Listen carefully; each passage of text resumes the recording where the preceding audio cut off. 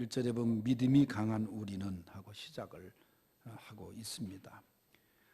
우리에게 요구하시는 것은 믿음이 강한 것, 믿음이 좋은 것, 그것을 하나님이 원하시죠. 생각의 기준이 얼마나 다른지를 보여주는 이야기를 하나 소개합니다. 어떤 사람이 길을 물을 때에 술을 좋아하는 사람에게 길을 물으면 이렇게 길을 안내합니다. 저쪽 코너에 호프집이 있죠. 그러면 오른쪽으로 돌면 그 막걸리집이 있어요. 거기서 300m 직진하시면 됩니다. 이게 이제 일반적으로 대답하는 술 좋아하는 사람 이야기인데, 믿음이 강하고 좋은 사람에게 길을 물으면 이렇게 대답을 합니다. 저기 교회 보이시죠? 그 교회를 지나서 한 100m 가면 2층에 또 교회가 보입니다. 그 교회에서 오른쪽으로 돌면 바로 거기입니다. 뭐 그냥 재미있으라 하는 얘기입니다만은 우리는 믿음이 좋다, 믿음이 강하다, 이것이 오늘 우리에게 주시는 말씀이거든요. 하나님은 우리에게 믿음이 강한 성도가 되기를 원하십니다. 구약의 여호수아 1장에 보면은 여호수아가 나오는데, 여호수아가 이스라엘 지도자가 이제 모세를 이어서 되지 않습니까?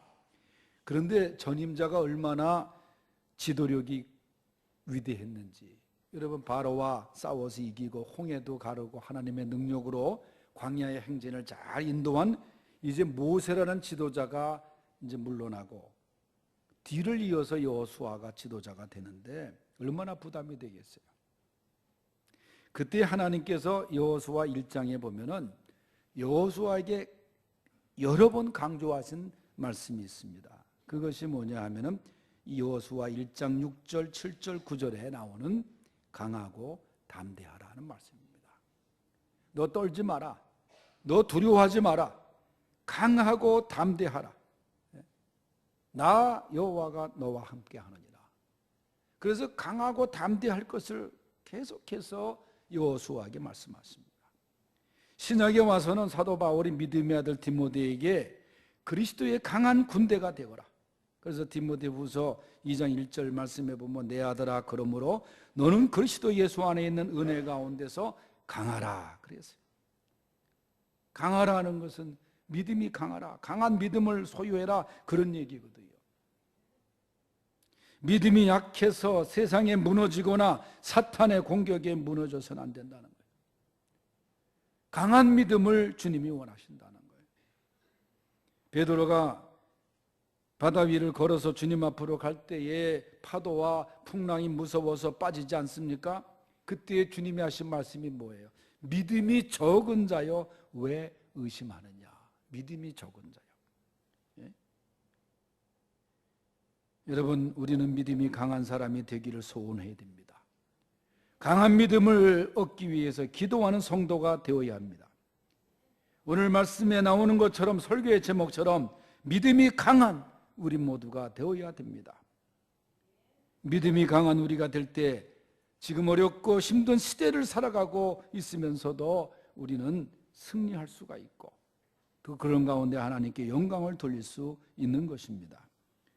믿음이 강한 성도는 첫째, 약한 자의 약점을 담당해야 됩니다. 본문 1절을 다 같이 읽어보겠어요. 시작. 믿음이 강한 우리는 마땅히 믿음이 약한 자의 약점을 담당하고 자기를 기쁘게 하지 아니할 것이라. 아멘. 그러니까 성경에서 말씀하는 것은 믿음이 있는 자들은 믿음이 없는 자들을 잘 담당하고 격려하고 그들에게 권면하고, 믿음이 강한 자는 약한 자의 약점을 이야기하거나 그 다음에 거기에서 상처를 줘서는 안 된다는 거예요. 강한 자가 약한 자를 괴롭히는 것이 인간의 세계라고 하면은 이 신앙의 세계는 강한 자가 약한 자를 잘 돌보는 거예요.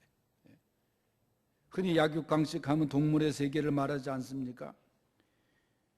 제가 먼저 모셨던 그 김찬인 목사님이 매일 저녁 부목사들이 신방을 하고 오면은 보고를 받는데 한 10대 명 가까이 된 부목사들이 그날 신방한 걸 쭉 보고하면 그만하라고 이제, 그리고 같이 보자고, 그런 시간이 꼭 있는데 그게 뭐냐면 KBS의 동물의 왕국 시간에. 그 동물의 왕국에 보면은 그냥 그 맹수들이 나와서 그 세계를 보여주는 해설자가 하는 그 방송 있잖아요. 그럼 그거 다 본 다음에 다시 복을 받으시는 거예요. 그 동물의 왕국을 그렇게 좋아하시더라고. 아니 그 사자가 그 연약한 짐승 따라가서 잡아먹고 그러는데 그걸 그렇게 좋아하셔요. 물론 의미가 있겠지만은 동물의 세계는 그 맹수들이 연약한 그 짐승들을 따라가면서 추적하고 그러면 그 보는 사람 입장에서는 안 잡혔으면 하는 생각도 들고 어떤 때는 저거 어떻게 잡혀서 잡혀먹나 그 광경을 보고 싶은 심리가 양쪽에 다 있잖아요. 여러분, 강한 자가 약한 자의 약점을 집중적으로 공격해서 넘어지고 무너지게 하는 동물의 세계가 그건 동물의 세계지 우리 믿음의 세계는 아닙니다. 그런데 때로는 인간의 세계에서도 이런 원리가 존재한다는 거예요. 강한 자가 약한 자를 괴롭히고 또 그것을 당연하게 생각한 경우도 있어요. 그래서 약자들이 설당이 없고 말이죠. 오늘 말씀에 분명히 말씀하기를 강한 자라면 약한 자를 그의 약점들을 잘 보살피고 적극적으로 도와주고 우리가 오늘도 불렀습니다마는 우리가 영광송으로 드리는 사랑의 나눔이 있는 곳에 하나님이 함께 계시는 거예요. 우리 옛말에도 슬픔을 나누면 반이 되고 기쁨을 나누면 배가 된다 그런 말이 있어요. 약한 자를 괴롭히는 것, 짓밟고 올라가는 것이 그게 결코 성공이 아닙니다. 교회는 약한 자를 사랑하고 주님이 약한 자를 그만큼 사랑하시고 하지 않았습니까? 오늘도 어느 집사님이 예배 전에 저 독거노인들이 살고 계시는 그 공동체에 그분들이 우리 교회 헌금을 두 번째 하시는 그 할머니, 독거노인 할머니들이 좋은 일에 써달라고 헌금을 보내셨어요. 천사 헌금으로 다 그 액수가 얼마가 되는지 잘 몰라요. 그러나 자신들도 어려우면서도 이웃을 위해서 나누고 베풀고 그런 할머니들의 그 귀한 그 사랑의 정신을 생각할 때 참 마음이 뜨거워요. 우리들은 이 약한 자들에 대한 배려, 약한 자들에 대한 나눔 그것이 있어야 되는 거예요. 나보다 낮은 사람과 또 나보다 못한 사람 우리가 그 입장에서 생각을 하고 그게 그리스도의 마음이거든요. 오래전에 제가 저 남한산성 밑에 있었던 부대 중에 하나가 육군 종합행정학교인데 지금은 저 충청부터 영동으로 옮겼어요. 거기에서 저한테 기독장교회 조찬기도회 설교 좀 해달라 그래서 제가 간 적이 있었습니다. 기독장교들이 모여서 함께 예배드리고 기도하고 그 나라를 위해서 첫째가 하나님을 위하여 나라를 위하여가 기독장교들의 여기 뭐 장교 출신 분들 계시지만 우리 집사님 중에서도 그게 그들의 모토예요. 근데 예배를 인도하고 이제 식사를 하는데 여전대 회원들이 식사 준비를 했는데 그때 무슨 국밥인지 갈비탕인지 하여튼 그걸 먹었던 기억이 나는데 내 옆에 이제 지휘관이 장군이 하나 앉아 있었어요. 이런 저런 얘기 하는데 여전대 회장이 좀 젊은 여자인데 아마 한 소령 부인 정도 된 것 같아 얼굴 보면. 근데 이 여자가 이 국을 갖고 오다가 글쎄 이 상다리에 걸려가지고 그걸 쏟았는데 장군 옷에다 쏟았어. 지휘관 옷에다가. 난 얼마나 감사한지 내 옆에 있었는데 나한테 안 쏟고 그 옆에 쏟은 거 감. 그런데 이 장군이 벌떡 일어나더니 옷을 쭉 올리더니 양말을 확 벗더라고. 군인이니까 굉장히 동작이 빠르더라고. 그런데 여러분 그 부인이 여전대 회장이 얼마나 당황했겠어요. 더군다나 자기 남편 지휘관이고 장군 옷에 그때 그 군복을 입었거든요. 어쩔 줄 몰라 하고 막 그런 사람에게 이 장군이 그러더라고요. 아 괜찮다고. 근데 그러지 않아도 오늘 군복으로 갈아입으려고 그랬다고. 그 한마디 괜찮다고. 내가 오늘 군복으로 갈아입으려고 생각했다고. 나중에 그분이 사단장이 됐었는데 그 부대 가서 같이 점심을 먹고 강연한 적도 있습니다만, 그렇게 그 부하의 그 부인을 그 말로 위로하고 그다음에 그 하는 그 자세가 얼마나 귀한지 몰라요. 주님이 기뻐하시는 모습 아니에요. 주님은 약한 자들에게 관심을 갖고 사랑을 베풀고 그들에게 무관심하고 사랑을 베풀지 않는 것이 곧 나에게 한 것이다, 그렇게 말씀하셨잖아요.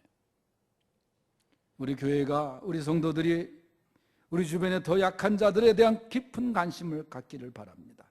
교회는 세상과는 달라야 돼요. 성도는 불신자와 달라야 돼요. 구별되어야 돼요. 성도라는 게 뭐예요? 거룩한 무리라는 뜻 아닙니까? 세속적인 무리와 다른 거예요. 믿음이 강한 자가 되어서 약한 자의 약점을 담당하는 우리 교회와 성도들이 되시기를 축원합니다. 두 번째는 이웃을 기쁘게 해야 됩니다. 2절 말씀 읽겠어요. 시작. 우리 각 사람이 이웃을 기쁘게 하되 선을 이루고 덕을 세우도록 할지니라. 아멘. 이웃을 기쁘게 해줘야 돼요. 어려운 이웃들에게 그리스도의 복음과 사랑을 전해서 그들에게 기쁨을 안겨줘야 돼요. 세상의 기쁨이 아니잖아요. 세상에서 얻을 수 있는 기쁨으로 여러분들 잠시 기쁨을 누렸던 경험이 있을 겁니다. 그게 진정한 기쁨이 아니에요. 오늘 말씀에 우리 각 사람이 이웃을 기쁘게 하라, 기쁨을 안겨주라는 거예요. 이 기쁨을 줄 수 있는 게 뭐예요? 복음을 안겨주라. 복음이 복된 소식, 기쁜 소식이거든요. 사도 바울은 연약한 사람들에게 기쁨을 위해서 나는 나의 유익을 구하지 않는다, 고린도전서 10장 33절에 얘기합니다. 이웃에게 기쁨을 주기 위해서. 여러분, 우리는 다른 사람, 연약한 사람 기쁨을 안겨줄 수 있어야 돼요. 미국의 유명한 야구 선수 중에 베이브 루스가 있습니다. 전설적인 야구 선수입니다. 1895년 볼티모어 빈민가에서 태어났던 이 사람, 어릴 때부터 알코올 중독자 아버지와 병으로 아픈 어머니 밑에서 성장하면서 아주 이 불량 친구들과 어울려 다니면서 아주 난폭한 삶을 살았던 사람이었어요. 그런데 이 베이브 루스가 그 상황에서 아주 귀한 선생님을 만납니다. 바로 세인트 메리 학교에서 만난 마티어스라는 선생님이에요. 너무 사고를 치니까 그 루스를 향해서 선생님이 이런 얘기를 합니다. 너는 참 어쩔 수 없는 애다. 여기까지는 일반적으로 할 수 있는 얘기죠. 말썽꾸러기한테. 그런데 단 한 가지 좋은 것만 제외하고는, 그런 얘기를 해요. 그러니까 이 루스가 선생님 거짓말하지 마세요. 뭔 나에게 좋은 점이 뭐가 있어요? 근데 그때 루스가 취미생활 특별활동으로 야구를 했는데, 야, 네가 없으면 야구팀이 무척 곤란해지지 않느냐? 너 야구 잘하지 않느냐? 열심히 한번 야구를 해보자. 이 선생님의 그때의 그 상담, 그 따뜻한 격려의 말 한마디, 루스에게 방황에서 종지부를 찍게 해준 계기가 되었다 하는 것이 이 베이브 루스의 그 이야기 책에 나와요. 누군가를 기쁘게 해주는 의미가 있는 존재가 되었다는 그런 행복을 발견합니다. 그래서 이 베이브 루스가 여러분 은퇴할 때까지 714개의 홈런을 기록하는 대선수가 됩니다. 선생님의 말 한마디가 이 베이브 루스를 바꾼 거예요. 한 사람을 바꾸는 힘은 100마디의 꾸중이 아니에요. 100마디의 어떤 책망이 아니에요. 한마디의 칭찬에서 나온다는 것을 기억하시기 바랍니다. 우리의 이웃들, 어렵고 힘든 이웃들 얼마나 많아요. 물론 가정에서도 마찬가지입니다만은 한 사람의 힘을 바꾸는 힘은 한마디의 칭찬, 격려에서 나오는 거예요. 상대를 지적하고 가르치기보다 끊임없이 존중하고 격려한다면 어느 순간 진전성 있는 변화를 보게 될 것입니다. 믿음의 성도들 꼭 실천해 볼 수 있기를 바랍니다. 세상은 나의 기쁨을 위해 남을 슬프게 하거나 상처를 주는 경우가 얼마나 많습니까? 그러나 오늘 성경은 우리에게 이웃을 기쁘게 해라. 이웃의 눈물을 닦아주고 이웃에게 기쁨을 안겨주고, 복음을 안겨주는 게 최고의 기쁨이에요. 복음을 안겨주는 게. 찬송가에도 있잖아요. 슬픈 마음이 있는 사람 예수 믿으면 그 영원토록 기쁨이 온다는 거예요. 복음을 안겨주는 거예요.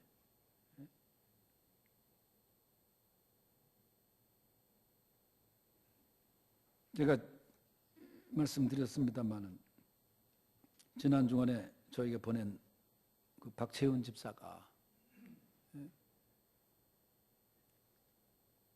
남편이 집행유예를 받아서 의사 면허가 정지되고, 그래서 내가 물어봤어요. 그 오늘 2부 예배 때 우리 장 집사님이 신경외과 원장이니까 제가 물어봤어요. 집사님, 면허가 정지되면 어떻게 되는 겁니까? 했더니 그게 일정 기간이 있기 때문에 다시 그 회복이 된다는 거예요, 면허가. 남편이 집행유예 받았으니까 면허 정지됐죠. 자기는 아직 나오지 못하고 있죠. 그런데 내가 믿음으로, 그런 가운데 하나님께서 그 회사의 수출을 또 열어주셔가지고 러시아와 일본의 수출을 열어주셔서 너무나 감사합니다. 그런데 내가 아마 그 편지를 검열을 했는지 저한테 안수기도 그 박채윤 씨한테만 하지 마십시오. 나한테 전화가 왔어. 그래서 내가 다 하겠다 그래서 원하면 안수기도인데 다 할 테니까 걱정 말라고. 여러분, 힘들고 어려울 때 우리가 그리스도의 사랑으로 격려하고 위로하고 할 때에 여러분, 거기서 놀라운 주님의 은혜가 임하는 거예요. 이웃을 기쁘게 하라. 이웃을 위로하고, 이웃을 아프게 하라가 아니고 이웃을 기쁘게 하라 그랬어요. 여러분, 우리 성도들은 이웃을 아프게 해서는 안 되는 거예요. 그래야 예수님이 기뻐하시고 그 기쁨이 우리의 기쁨이 되는 것입니다. 우리 가족과 성도는 물론 아프고 약하고 고통당하는 사람들의 기쁨을 안겨줄 수 있는 그런 성도들이 될 수 있기를 바랍니다. 그 다음에 마지막 세 번째는 선을 이루고 덕을 세워야 된다는 거예요. 2절 하반절에 보면 선을 이루고 덕을 세우도록 할지니라. 사도 바울은 로마서에서 또 그러잖아요. 악을 미워하고 선에 속하라 그러잖아요. 선으로 악을 이기라. 선을 강조하고 있어요. 착한 일을 해라. 너의 착한 행실을 비추어 말이죠. 주님께서 말씀하시지 않았어요? 선을 행하는 것은 주님이 기뻐하시는 일이에요. 덕을 세우는 것도 마찬가지입니다. 건덕의 생활을 해야 되는 거예요. 우리가 말을 할 때도 덕을 세우는 말을 해야지, 말을 통해서 상처를 주거나 그러면 안 되는 거예요. 덕스러운 말을 해야 되는 거예요. 오늘 말씀해 보면은 선을 이루고 덕을 세우도록 할지니라. 선과 덕을 이루는 일에 우리가 최선을 다해야 됩니다. 그런데 약한 자를 돕지 않고 이웃을 기쁘게 하지 못하면 선과 덕을 이룰 수가 없는 거예요. 우리는 착한 행실을 통해서 덕을 세우고 건덕의 생활을 하고 주님을 기쁘시게 하는 성도들이 되어야 합니다. 영혼을 구원하고 하나님께 영광을 돌리는 삶을 살아야 합니다. 우리의 생애 동안 선과 덕을 세우는 자랑스러운 성도들이 되시기를 축원합니다. 우리 믿음이 약한 것이 아니라 믿음이 강한 성도들로 나갑시다. 그래서 약한 자의 약함을 우리가 담당하고 그들을 위로하고 그들을 격려하고 그들에게 주님을 보여주고 그리고 선과 덕을 세워서 하나님께 영광을 돌리는 우리 수지광성교회와 성도들이 되시기를 축원합니다. 하나님 아버지,